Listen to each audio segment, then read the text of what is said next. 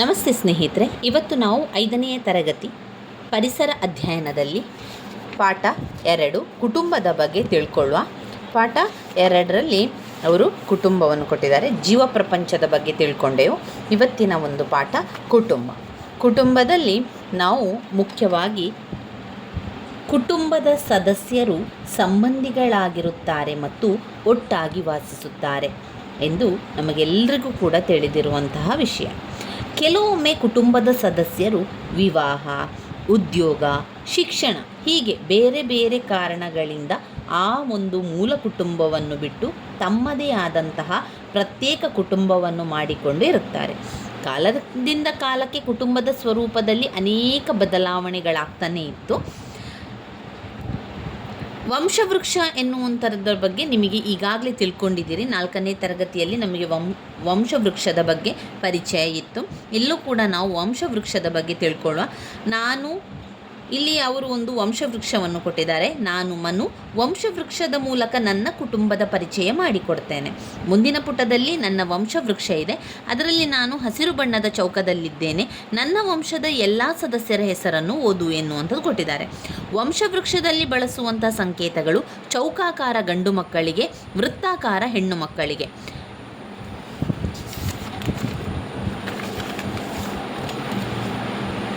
ಇದು ಮನುವರ ಕುಟುಂಬದ ವಂಶವೃಕ್ಷ. ಅದೇ ರೀತಿ ನಿಮ್ಮ ಕುಟುಂಬದ ವಂಶವೃಕ್ಷವನ್ನು ಕೂಡ ಮಾಡತಕ್ಕದ್ದು.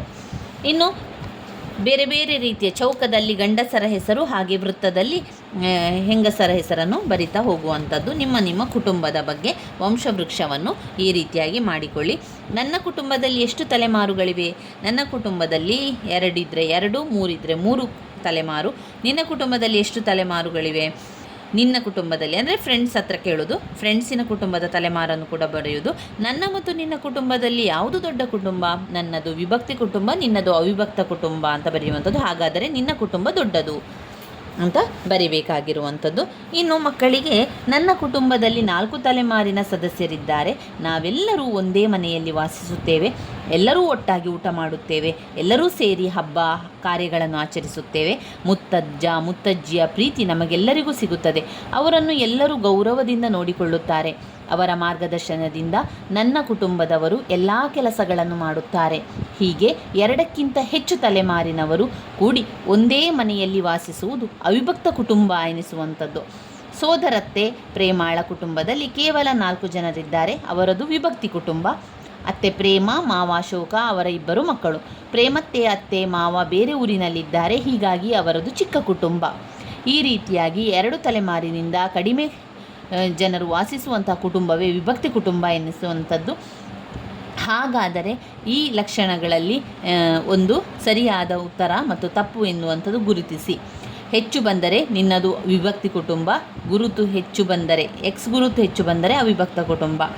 ಇಲ್ಲಿ ಅವರು ಪ್ರಶ್ನೆ ಕೇಳಿದ್ದಾರೆ, ನನ್ನ ಕುಟುಂಬದಲ್ಲಿ 2 ತಲೆಮಾರುಗಳಿವೆ. ತಪ್ಪು. ನಾವೆಲ್ಲರೂ ಸಂಬಂಧಿಗಳಾಗಿದ್ದೇವೆ. ಹೌದು. ಮನೆಯಲ್ಲಿ ಹಿರಿಯರೆಂದರೆ ಅಪ್ಪ ಅಮ್ಮ. ಹೌದು. ನನ್ನ ಕುಟುಂಬದ ಗಾತ್ರ ಚಿಕ್ಕದು. ತಪ್ಪು. ಕುಟುಂಬದ ಮಕ್ಕಳೆಲ್ಲ ಅವಿವಾಹಿತರು. ಸರಿ. ಹಾಗಾದರೆ ನನ್ನ ಕುಟುಂಬ ವಿಭಕ್ತಿ ಕುಟುಂಬ ಆಗಿದೆ ಅಂತ ನಿಮಗೆ ಗೊತ್ತಾಗ್ತದೆ.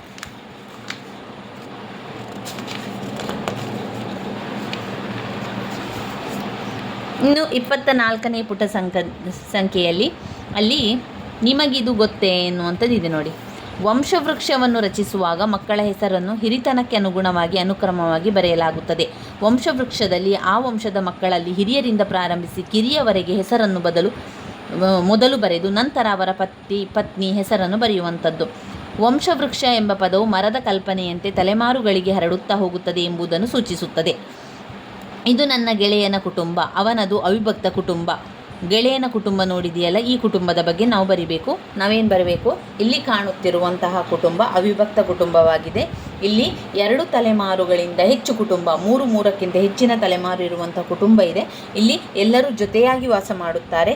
ಎಲ್ಲರೂ ಒಬ್ಬರಿಗೊಬ್ಬರು ಸಹಾಯವನ್ನು ಕೂಡ ಕೊಡ್ತಾರೆ ಎನ್ನುವಂಥದ್ದನ್ನು ಬರ್ಕೊಳ್ಳಿ. ಅದಾದ ಮೇಲೆ ಇದುವರೆಗೂ ನೀನು ತಿಳಿದ ನನ್ನ ಗೆಳೆಯನ ಕುಟುಂಬದಲ್ಲಿ ಕಂಡುಬಂದ ಸಾಮ್ಯತೆ ಹಾಗೂ ವಿಭಿನ್ನತೆಯನ್ನು ಬರೆಯಿ ಅಂತ ಕೊಟ್ಟಿದ್ದಾರೆ. ನಿನ್ನ ಕುಟುಂಬದಲ್ಲಿ ಯಾವ ರೀತಿ ಇದೆ ಮತ್ತು ಗೆಳೆಯನ ಕುಟುಂಬ. ನನ್ನ ಕುಟುಂಬ ವಿಭಕ್ತಿ ಕುಟುಂಬ, ಅವನ ಕುಟುಂಬ ಅವಿಭಕ್ತ ಕುಟುಂಬ. ನನ್ನ ಕುಟುಂಬದಲ್ಲಿ 4 ಜನ ಇರುವಂಥದ್ದು, ಅವನ ಕುಟುಂಬದಲ್ಲಿ ತುಂಬ ಜನ ಸದಸ್ಯರಿದ್ದಾರೆ. ನನ್ನ ಕುಟುಂಬದಲ್ಲಿ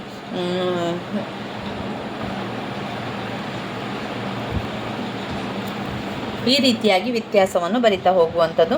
ಮತ್ತು ಅವಿಭಕ್ತ ಕುಟುಂಬ ಮತ್ತು ವಿಭಕ್ತಿ ಕುಟುಂಬದ ಅನಾನುಕೂಲತೆಗಳನ್ನು ಯಾವುದು ಅಂತ ಕೇಳಿದ್ದಾರೆ. ಅನುಕೂಲತೆ ಮತ್ತು ಅನಾನುಕೂಲತೆ ಕೇಳಿದ್ದಾರೆ.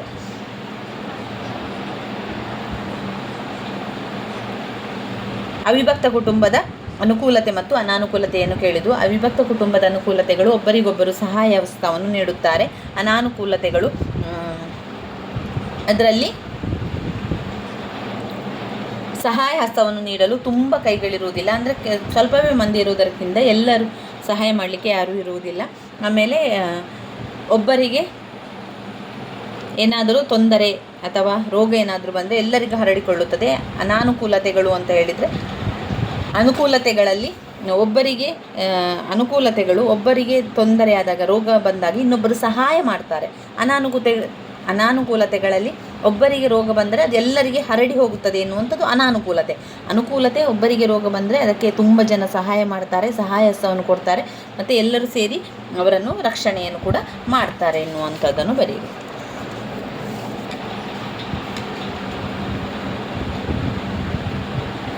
ಈಗ ನನ್ನ ಗೆಳತಿಯ ಮನೆಗೆ ಹೋಗೋಣ. ಆಕೆಯ ತಾಯಿ ಏನೋ ಹೇಳುತ್ತಿದ್ದಾರೆ, ಕೇಳೋಣ. ನಾನು ಬೆಳೆದಿದ್ದು ದೊಡ್ಡ ಕುಟುಂಬದಲ್ಲಿ. ನಮ್ಮ ಮನೆಯಲ್ಲಿ 20 ಜನ ಇದ್ದರು. ಮಕ್ಕಳ ಪಾಲನೆ ಪೋಷಣೆ ಜವಾಬ್ದಾರಿ ಎಲ್ಲರೂ ವಹಿಸಿಕೊಳ್ಳುತ್ತಿದ್ದರು. ನಾನು ಸಣ್ಣವಳಿದ್ದಾಗ ಅಜ್ಜಿ ಕತೆಗಳನ್ನು ಹೇಳುತ್ತಿದ್ದರು. ನಾವು ಹೇಗಿರಬೇಕು ಎಂಬುದನ್ನು ತಾತ ಹೇಳುತ್ತಿದ್ದನು. ಆದರೆ ಈಗ ನನ್ನ ಕುಟುಂಬದಲ್ಲಿ ನಾನು, ನನ್ನ ಗಂಡ ಮತ್ತು ಮಕ್ಕಳು ಇಬ್ಬರು ಮಾತ್ರ ಇದ್ದೇವೆ. ಈಗ ನಾನು ಆಸ್ಪತ್ರೆಯಲ್ಲಿರುವ ನನ್ನ ಗಂಡನಿಗೆ ಊಟವನ್ನು ತೆಗೆದುಕೊಂಡು ಹೋಗಬೇಕು. ನನ್ನ ಈ ಸಣ್ಣ ಮಗುವನ್ನು ಯಾರ ಬಳಿ ಬಿಡಲಿ ಎಂಬುದೇ ನನಗೆ ಚಿಂತೆಯಾಗಿದೆ. ಇವರ ಪಕ್ಕದ ಮನೆಯ ರಜ್ಜಿಯ ಅಕ್ಕ ಬಂದರಲ್ಲ, ಏನು ಹೇಳುತ್ತಾರೆ ಎಂದು ಕೇಳೋಣ.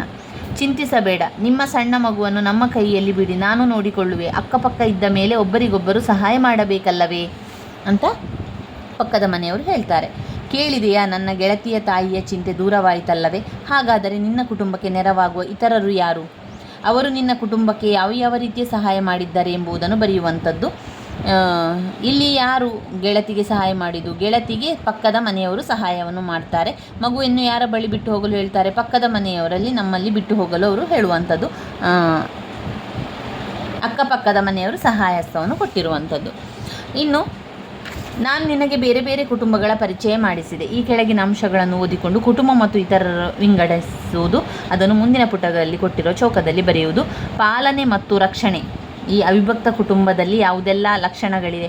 ಪಾಲನೆ ಮತ್ತು ರಕ್ಷಣೆ, ಯೋಗ್ಯ ಶಿಕ್ಷಣ ಕೊಡಿಸುವುದು, ಆಹಾರ ವಸ್ತುಗಳನ್ನು ನೀಡುವುದು, ಪಾಠವನ್ನು ಕಲಿಸುವುದು, ಆಟದಲ್ಲಿ ಸೋತಾಗ ಸಮಾಧಾನ ಮಾಡುವುದು, ರೋಗ ಬಂದಾಗ ಚಿಕಿತ್ಸೆ ಮಾಡುವುದು, ಪ್ರೀತಿ ವಾತ್ಸಲ್ಯ ತೋರುವುದು, ಅವಶ್ಯಕತೆಗಳನ್ನು ಪೂರೈಸುವುದು, ಅಮ್ಮ ಇಲ್ಲದಿದ್ದಾಗ ನೆರವಾಗುವುದು, ಹೆಚ್ಚಿನ ಸಮಯ ಇರುವುದು. ಇಲ್ಲಿ ನನ್ನ ಕುಟುಂಬ ಮತ್ತು ಇತರರ ಕುಟುಂಬ ಅಂತ ಬರೆಯುವಂಥದ್ದು. ಅಲ್ಲಿ ಅದಕ್ಕೆ ಸಂಬಂಧಪಟ್ಟಂತೆ ಲಾಲನೆ, ರಕ್ಷಣೆ, ಯೋಗ, ಶಿಕ್ಷಣ, ಪಾಠ ಕಲಿಸುವಂಥದ್ದು ಅದನ್ನೆಲ್ಲ ಬರಿತಾ ಹೋಗ್ಬೋದು. ಅದರಲ್ಲಿ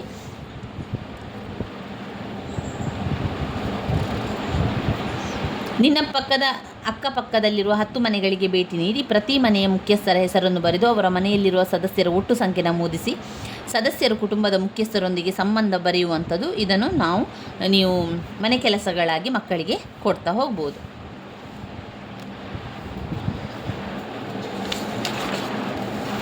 ಇವಿಷ್ಟು ಕುಟುಂಬದಲ್ಲಿ ಮಾತ್ರ ಇಷ್ಟೇ ಬರುವಂಥದ್ದು. ಕುಟುಂಬದಿಂದ ನಾವು ಕಲಿಯುವ ಒಳ್ಳೆಯ ಗುಣಗಳು: ಸಹಕಾರ, ಹಿರಿಯರಿಗೆ ಗೌರವವನ್ನು ಕೊಡುವುದು, ಹಂಚಿ ತಿನ್ನಲು ಕಲಿಯುವುದು, ವಾತ್ಸಲ್ಯ, ಸಹಬಾಳ್ವೆ, ರಕ್ಷಣೆ, ಹಿರಿಯರ ಆರೈಕೆ, ಪ್ರೀತಿ, ಹೊಂದಾಣಿಕೆ, ಪೋಷಣೆ, ಇದೆಲ್ಲ ಕೂಡ ಕುಟುಂಬದಿಂದ ಕಲಿಯುವಂಥ ಒಳ್ಳೆಯ ಗುಣಗಳು. ಇನ್ನು ಕುಟುಂಬ ನನಗೆ ಏಕೆ ಬೇಕು ಅಂತ ಹೇಳಿದರೆ, ಕುಟುಂಬ ನಮಗೆ ಹಲವಾರು ಅಂಶಗಳಿಂದ ಕುಟುಂಬಗಳು ತುಂಬಾ ಅವಶ್ಯಕವಾಗಿದೆ. ಅದು ಮಹತ್ವವೆನಿಸಿಕೊಳ್ಳುತ್ತದೆ. ಪಾಲನೆ, ರಕ್ಷಣೆ, ಯೋಗ, ಶಿಕ್ಷಣ, ಪ್ರೀತಿ, ವಾತ್ಸಲ್ಯ, ಆಚಾರ ವಿಚಾರ, ಇವುಗಳು ಕುಟುಂಬದಿಂದ ಸಿಗುವಂಥದ್ದು.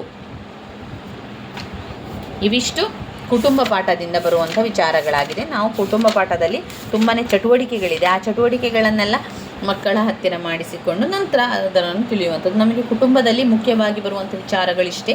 ಅವಿಭಕ್ತ ಕುಟುಂಬ, ವಿಭಕ್ತ ಕುಟುಂಬ, ಕುಟುಂಬದ ಬಗ್ಗೆ ಬರೀಲಿಕ್ಕಿರುವಂಥದ್ದು, ಹಾಗೆ ವಂಶವೃಕ್ಷವನ್ನು ಮಾಡಲಿಕ್ಕಿರುವಂಥ ವಿಚಾರ. ಆಮೇಲೆ ಕುಟುಂಬಕ್ಕೆ ಅವಿಭಕ್ತ ಕುಟುಂಬ ಮತ್ತು ವಿಭಕ್ತ ಕುಟುಂಬದ ನಡುವಿನ ವ್ಯತ್ಯಾಸಗಳು ಕೂಡ ತುಂಬಾ ಮುಖ್ಯವಾಗಿರುವಂತಹ ಪ್ರಶ್ನೆಯಾಗಿದೆ.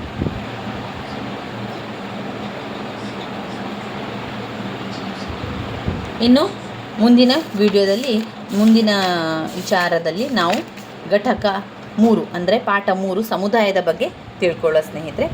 ಸಮುದಾಯದ ಬಗ್ಗೆ ತಿಳ್ಕೊಳ್ಳೋ. ನನ್ನ ವೀಡಿಯೋಸ್ ಎಲ್ಲ ನಿಮಗೆ ಇಷ್ಟ ಆಗಿದ್ದರೆ ಲೈಕ್ ಕೊಡಿ, ಶೇರ್ ಮಾಡಿ, ಸಬ್ಸ್ಕ್ರೈಬ್ ಮಾಡಲಿಕ್ಕೆ ಮರಿಬೇಡಿ. ಧನ್ಯವಾದಗಳು.